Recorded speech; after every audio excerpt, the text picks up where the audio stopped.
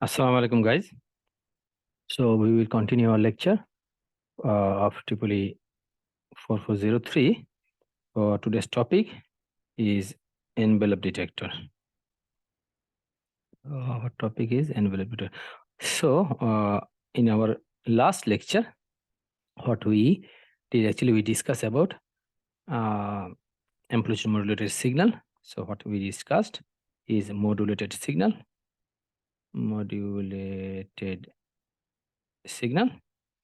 and actually we found the Fourier transform of the complete modulated signal, and we actually introduced the envelope detector. So here today we will actually continue our discussion on the envelope detector. Okay, so what was our envelope detector? It was actually we had a source where actually we fed our modulated signal. It passed through a diode which actually had a capacitor and a load resistor in parallel, RL. This is the capacitor, this is the R source resistance. Here we actually fed our input voltage like amplitude modulated signal. What is our amplitude modulated signal?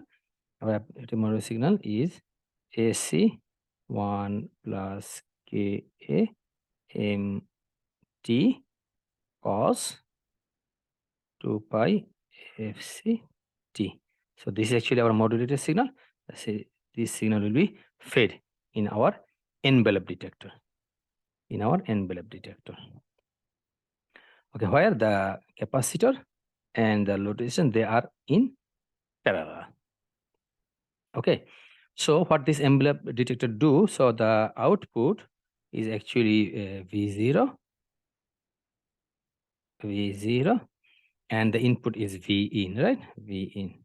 We actually have seen this in our previous lecture. So here, there's the amplitude modulated signal, which is actually the V in. This is actually our AM signal.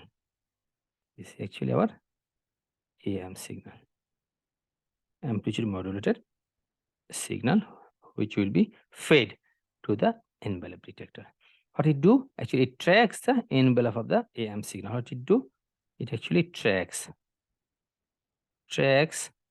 the envelope of AM signal, amplitude modulated signal. Okay, so in this amplitude modulated signal, because capacitor and resistor is involved here, so tau, which is actually the time constant for discharge of this capacitor, tau equal to RLC.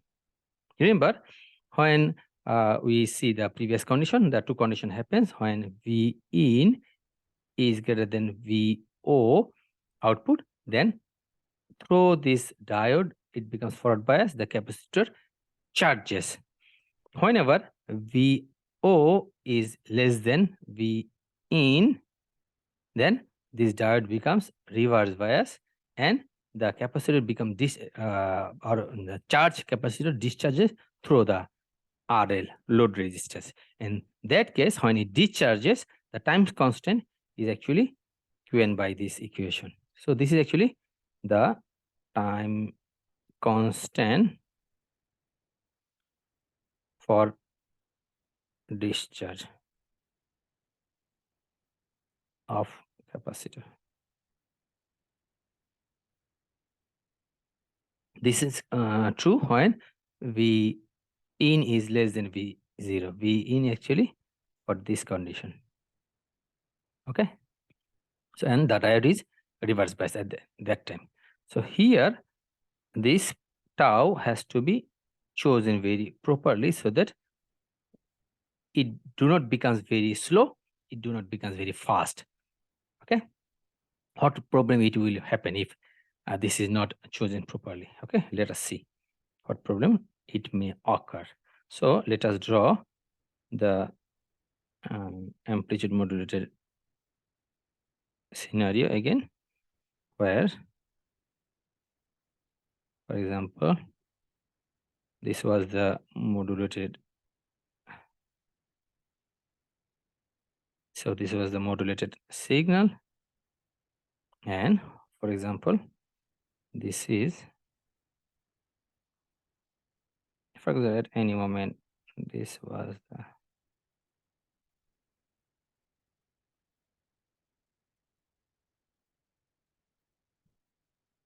envelope. Oh, sorry, this was the carrier. Now, for example, if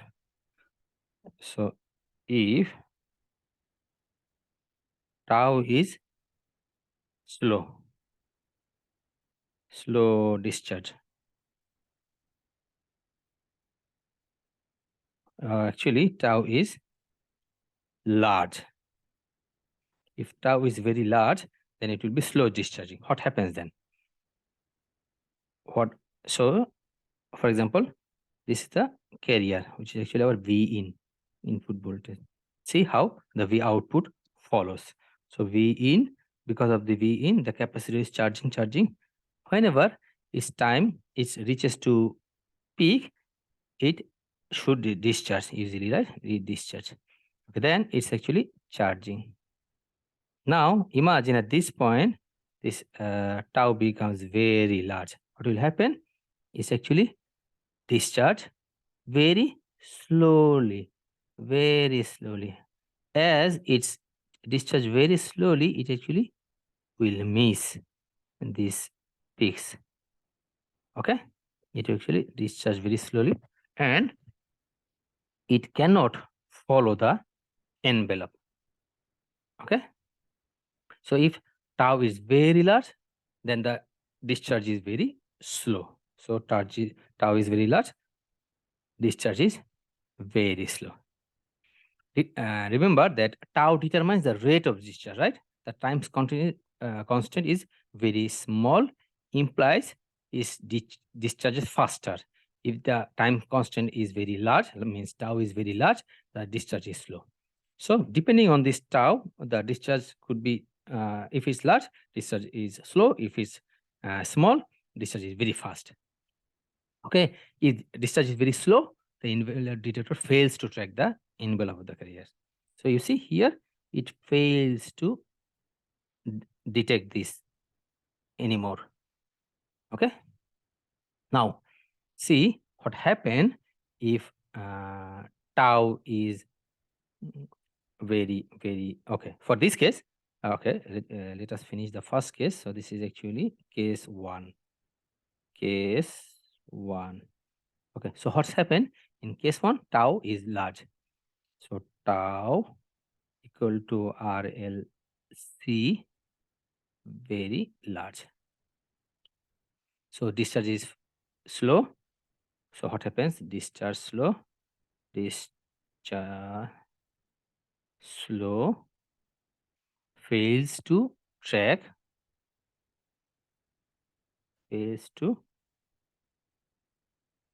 the envelope.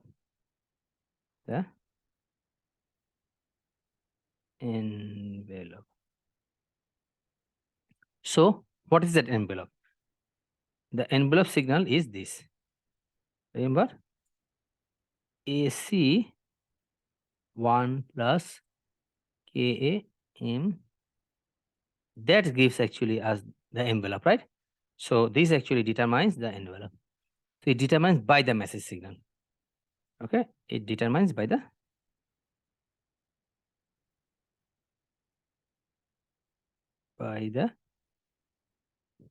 message signal.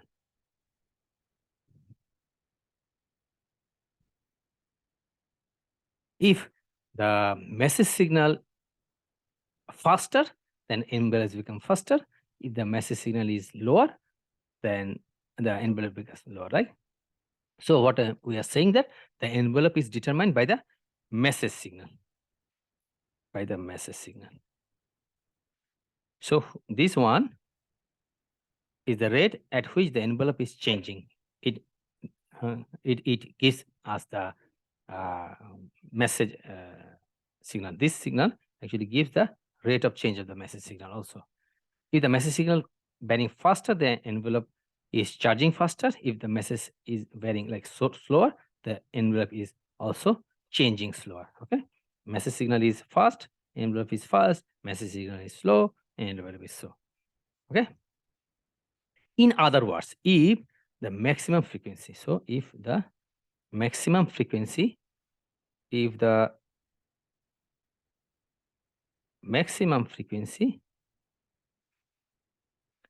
if the maximum frequency of the message signal is FM, the time constant is 1 by FM, or the time period is 1 by FM. Okay. So if the maximum frequency of the message is FM, the time constant of discharge of the capacitor should be much smaller than the should be much smaller than the maximum frequency of the message component. So what we are saying is that if the tau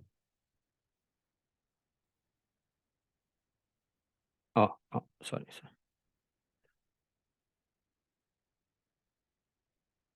So tau, time constant of the discharge, should be much smaller than the time period of the maximum frequency of the message.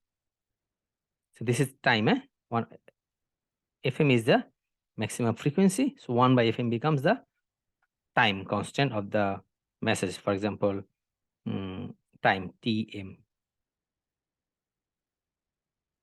This is the time period of the maximum frequency. This should be much bigger than the time constant of the capacitor. If this is the case, then the capacitor or the time constant, this can track the envelope. Otherwise, it becomes slow. It fails to track the envelope. Okay. So this is one of the condition for doing so. Now, what happens if the time constant is if the discharge is faster? Okay. What happens if the discharge is faster? So case 2. Case 2. If tau is faster. If tau is very small. How is faster? Because tau is very short, so it becomes fast discharge. The discharge becomes very faster.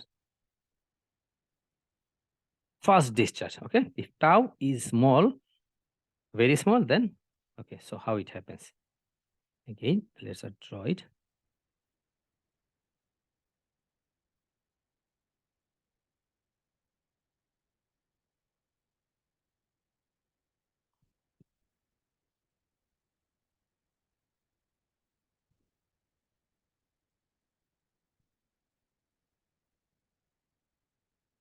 Let us draw the modulated signal again. Now, when the tau is very small, then fast discharging, what happens? So when the signal, so this is V in, right? This is V in. What happens to the V out? So V out is follow up to the peak. Then it is faster, right? Faster discharge. Then it discharge faster. Then it's charging. Actually faster discharge. Then it's charging. It's faster discharge. So what we say, tau is very small. Very small. What happened then? The capacitor discharge rapidly or faster. Discharge faster. And the output of the capacitor tracks the carrier, not the. So, capacitor or output of the capacitor, output of the capacitor is track the carrier, not the envelope. You see, it's actually tends to more following the carrier, more time is following the carrier than the envelope. It should track this part, right? Not the carrier. So if this is the case, then this implies that tau, the time constant, tau, which is actually the RC, should be much faster than 1 over FC. What is this FC? FC is the carrier frequency. So 1 over FC becomes the time period. So this is the condition where the output tracks the envelope rather than the carrier. That to make it right, time constant of the capacitor, this time constant of the capacitor should be much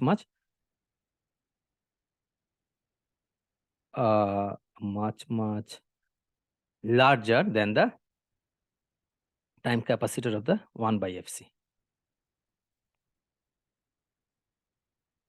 So this is actually, what is this? This is the time period of the carrier, right?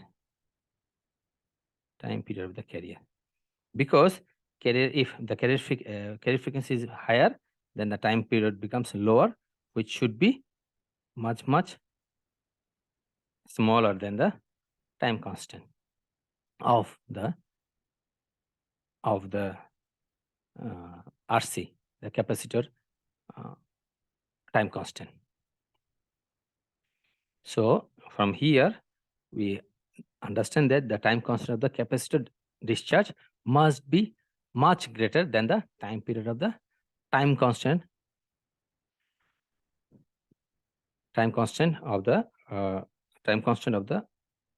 this one must be much larger than the time period of the carrier. So the time constant must be greater than the time period of the carrier. Now what we see, where the tau lies in, right? Where the tau lies in. So tau, we just saw in case 1, tau is much bigger than the 1 of Fm, but it also greater than 1 over Fc.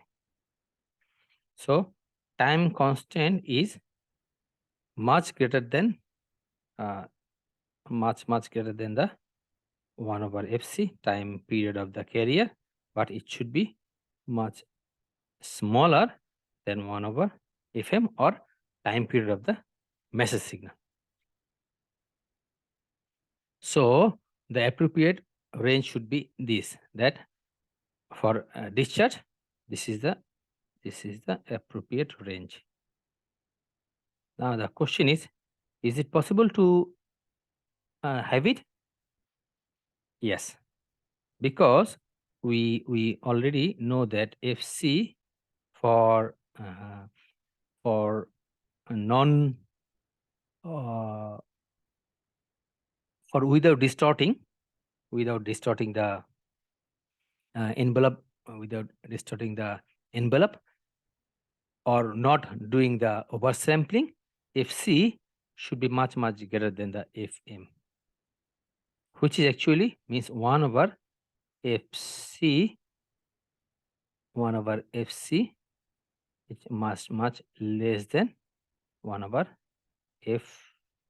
M. Right? So 1 over FC, 1 over FC is much less than 1 over FM. So this condition is fulfilled because we already have this condition. 1 over FC is much less than 1 over FM. Therefore, it is possible to choose a proper value. So it's possible. So we know that it is possible to choose a proper value.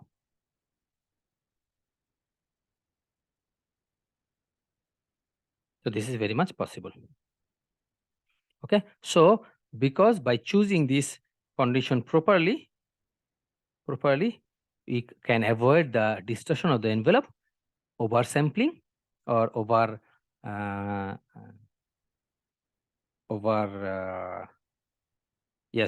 over modulation. So, and choosing the proper value of the time constant, which is actually in between the 1 over FC to 1 over FM. If this is the condition, then we can properly do the amplitude modulation. So we will stop here. Assalamu alaikum.